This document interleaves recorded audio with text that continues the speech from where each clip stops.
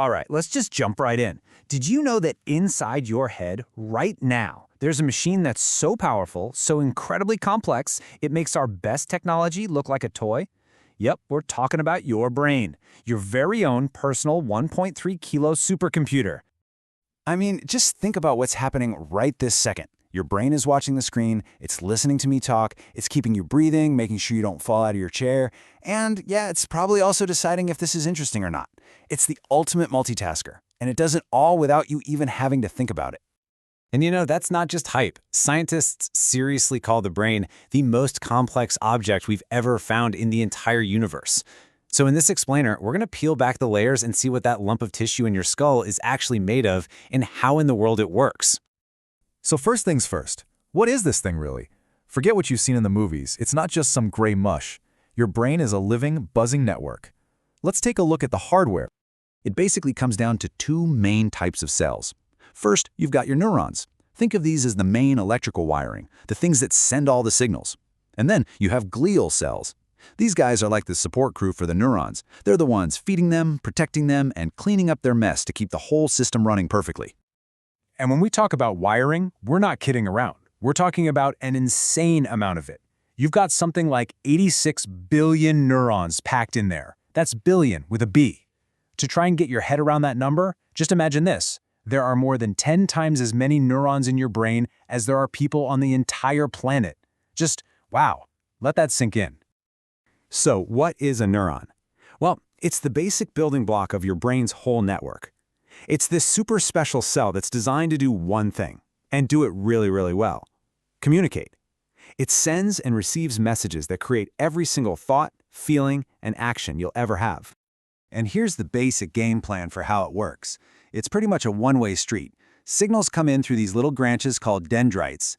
Then the main part of the cell body, processes it all. And if the message is important enough, zap! A little spark of electricity gets sent flying down this long cable called the axon to pass the message along. But this is where it gets really cool.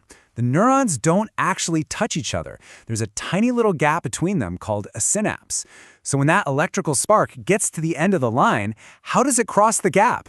It releases a little burst of chemicals that float across and tell the next cell what to do.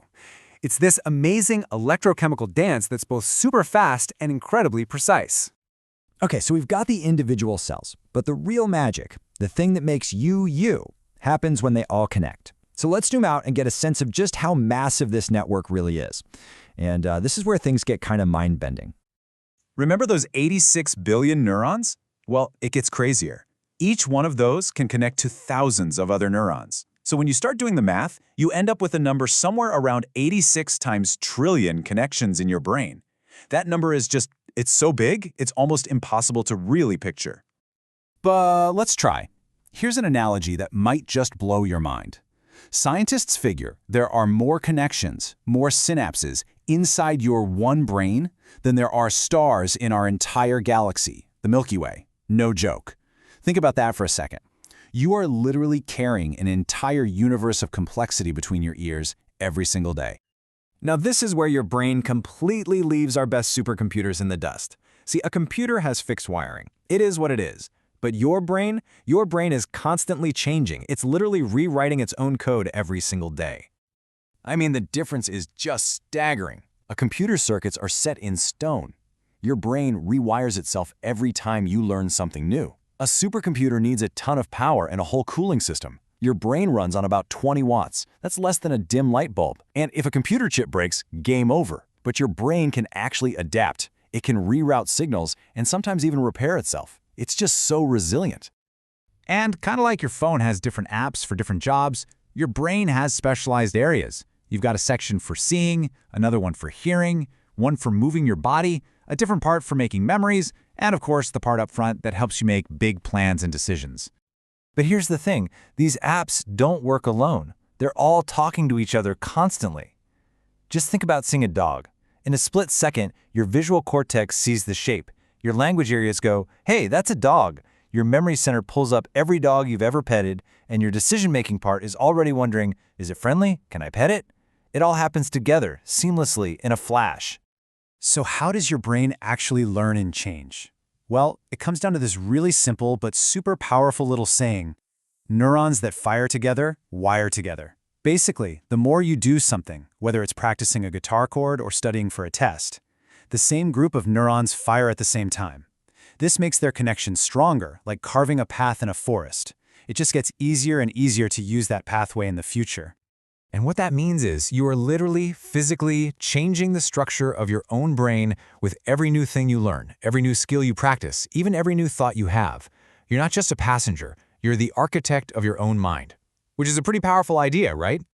So, we've talked about the hardware, the wiring, the software updates, but all of this incredible machinery leads us to the biggest question of all, a question that goes way beyond just mechanics. Because think about it, you're not just a machine crunching numbers. You are aware. You have an inner life. You feel things like happiness or sadness. You can remember your first day of school, and you can imagine what you'll do this weekend. You have this constant feeling of being me. How do simple sparks of electricity and little puffs of chemicals create that? That's the great mystery of consciousness. And that mystery brings up an even deeper question that the source material gets into. Okay, so we have this unbelievably complex, perfectly organized system, but where did the information come from? Where did the software that tells all these trillions of connections what to do, how to organize themselves into thoughts and feelings, where did that come from? Well, the source material lays out two of the main ways people think about this. On one hand, you have the view that the brain developed through natural processes, tiny, gradual changes building up over millions and millions of years. And on the other hand, there's the perspective that all this incredible complexity, this organized information, couldn't just happen randomly, that it points to some kind of intelligent design or a creator. To explain the argument for intelligent design, the source uses a great analogy. It says, look, if you were walking in a field and you found a supercomputer that could heal itself and compose beautiful music, you'd never think, oh, this must have just happened by accident. You'd immediately assume a brilliant engineer must have built it. And from this point of view, the brain is seen as something infinitely more advanced than even that. So let's wrap all this up. Your brain is, without a single doubt, the most amazing piece of hardware in the known universe. But the experience of being a person, of asking these big questions, of feeling love, of making choices, that suggests that you are something more than just the hardware you're running on. So the next time you have a new thought, or you feel a strong emotion, or you finally learn that thing you've been working on, just take a second and remember this silent, incredible supercomputer inside your head, that universe of connections that's making it all possible, the thing that makes you, you.